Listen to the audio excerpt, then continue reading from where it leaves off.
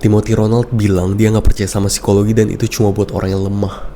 Tapi ironinya, diri dia sendiri adalah bentuk nyata dari korban mental health psikologi yang sangat nyata. Kayak biasa, tonton sampai habis untuk ngerti poin gue.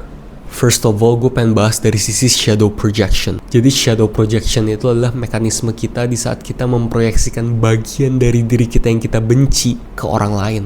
Kalau dalam kasusnya Timothy Ronald, shadow projection dia adalah orang-orang yang dia anggap miskin dan tidak sukses. Hal ini dikarenakan dia belum berdamai sama diri dia di masa lalu, dan itu sebabnya tiap kali dia ngelihat orang yang miskin atau gak sukses, dia tuh benci dan marah banget gara-gara dia seperti melihat diri dia di masa lalu. Dan itu juga alasannya kenapa dia menggunakan bahasa yang sangat kasar ke orang-orang ini. Poin selanjutnya adalah unconscious defense mechanism yang dia gunakan untuk melindungi hatinya dari merasakan rasa sakit. Nah, manusia itu punya banyak defense mechanism, mulai dari projection, repression, displacement, dan masih banyak defense mechanism lainnya. Nah, dalam kasus Timothy Ronald, defense mechanism yang dia pakai adalah sublime, yaitu defense mechanism di mana kita mengarahkan emosi negatif yang kita punya. Kita menyalurkan emosi itu ke hal-hal produktif dan positif. Misalnya kita nge-gym, tapi Tim Ron kan gak mungkin nge-gym ya. Atau misalnya kita main basket, nulis lagu, atau bahkan bikin bisnis. Dan ini juga sebenarnya yang terjadi sama Andrew Tate dan banyak tokoh self-improvement lainnya. Tapi sebenarnya defense mechanism sublime ini kan positif. Emang bener positif. Tapi yang jadi problem adalah di saat kita nggak pernah berani untuk menghadapi luka batin kita di masa lalu. Dan selalu kabur dengan berbagai macam defense mechanism yang kita punya. Sadly, gue melihat Timothy Ronald sebagai sosok yang sangat punya banyak luka di masa lalu. Mulai dari trauma sama sistem pendidikan, trauma sama kemiskinan dan ketidaksuksesan, dan juga trauma-trauma lainnya.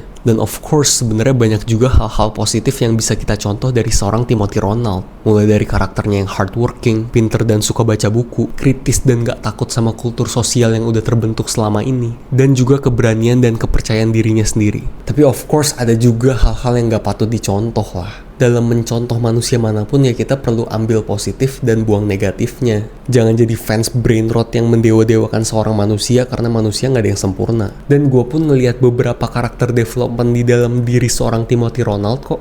Makanya menurut gue sayang banget kalau misalnya dia belum berdamai sama masa lalunya. Karena justru dengan dia berdamai, dia akan semakin menjadi seorang Timothy Ronald yang utuh. Atau bahasa lainnya self-actualization. Jadi gimana menurut kalian? Apakah lu pada udah berdamai sama masa lalu lu? Atau sebenarnya sama aja kayak Timothy Ronald, cuman beda defense mechanism aja? Coba komen di bawah. Nah, kalau lu nggak follow gue sekarang, mungkin lu nggak akan lihat gue lagi. Jadi kalau misalnya lu mau menjadi pengguna sosial media yang berwawasan, yang nggak brain rot dan melatih fokus dan attention span lu tahu harus ngapain.